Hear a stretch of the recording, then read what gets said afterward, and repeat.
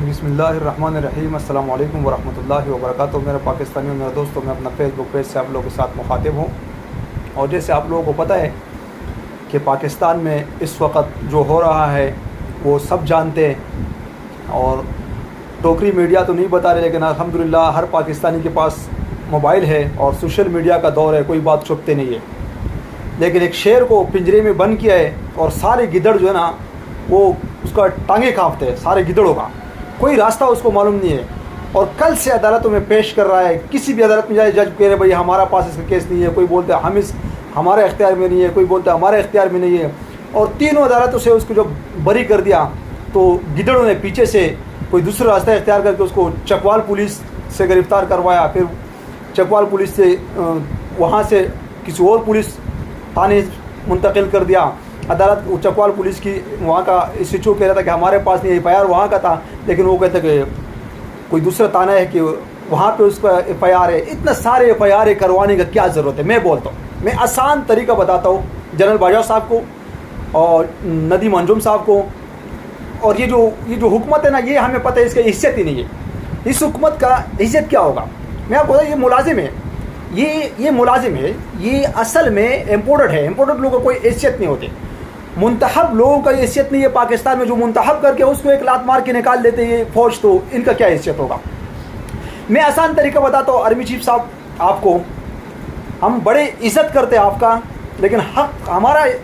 سوال ہے، ہم کوئی آپ پر تنقید نہیں کرتے، کوئی گالی گلوچ جو آپ نے ابھی حکومت میں لے کے آیا، ان کی تو جو الفاظ تھے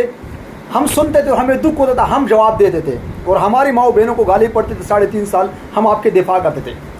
لیکن جب یہ گیم ہو گیا، ہم نے یہ سوال آپ سے کر لیا کہ آپ نیوٹرل کیوں رہے؟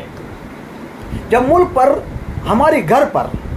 چور ڈاکو مسلط ہو رہے تھے امریکہ کے کہنے پر، تو آپ کہاں تھے؟ آپ مطلب کیوں چپ اور نیوٹرل ہو گئی؟ بس یہی سوال ہے ہمارا، کوئی سوال تو نہیں ہے۔ اچھا، اگر اس سوال پہ ہم غدار ہیں تو آپ اس طریقے سے ہتھ کنڈے استعمال ہے، کوئی ضرورت نہیں ہے کہ عمران ریاض کو عدالت میں پیش کرے، پتہ بھی نہیں ہے کہ کیس کیا ہے، یعنی ججز کو بھی پتہ نہیں ہے کہ کیا کیس ہے، اور جو ایف آئی آر کٹواتے ہیں وہ بے غیرت تو نظر ہی نہیں آ رہے، لیکن جو سرکاری وکیل ہے اس کے پاس بھی کوئی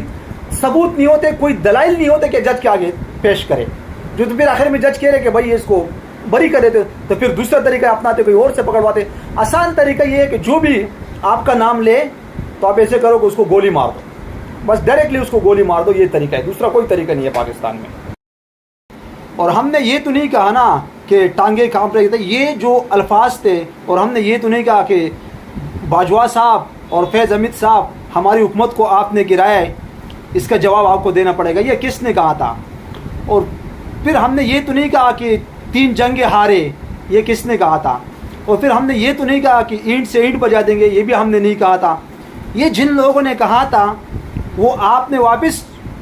حکومت میں لے کے آئے، اور ہمیں تکلیف اس چیز کی ہے، دیکھو ہمیں اس چیز کی کوئی تکلیف نہیں، ہم غریب لوگ ہیں، مڈل کلاس لوگ ہیں، ہم لڑیں گے آزادی کی جنگ، بھلے ہم مر جائیں گے لیکن ہم جنگ لڑیں گے، اور ہمارا جان بھی چلے جائے نا اس جنگ میں تو پرواہ نہیں ہوگی، اس لیے کہ ہم غلامی قبول نہیں کرتے۔ ہم غربت میں، جس کو بھی لندن میں یا برطانیہ میں ہم بار بار کہہ رہے فلیٹ بنگلے چاہیے، تو وہ پاکستان چھوڑ کے چلے جائے گا، ہم تو نہیں جائیں گے نا، ہم تو اس ملک میں رہیں گے، اس ملک میں ہمارا جینا مرنا اس ملک میں ہوگا، تو پھر ہم اپنے بچوں کے مستقبل کے لیے لڑیں گے، کیونکہ یہ چور ڈاکو لٹیرے جو 3.5 سال اس کا جو کردار تھا وہ منظر عام پہ آیا، اور ہمیں پتہ چلا کہ واقعی انہوں نے ملک لوٹا ہے،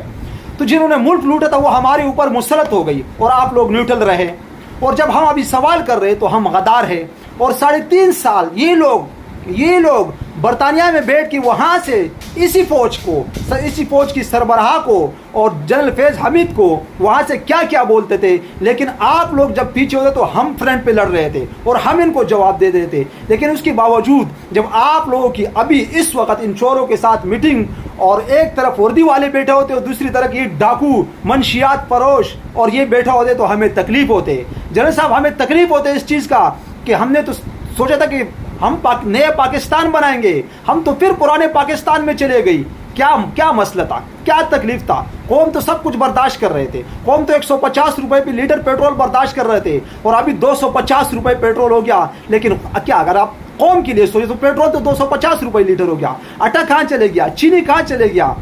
لیکن یہ قوم کے لیے تو نہیں تھا نا، اگر یہ قوم کے لیے ہے تو قوم کو کیا قوم کو کیا ملا؟ سب سے بڑا سوال یہ ہے کہ رجیم چینج سے ملک اور قوم کو کیا ملا؟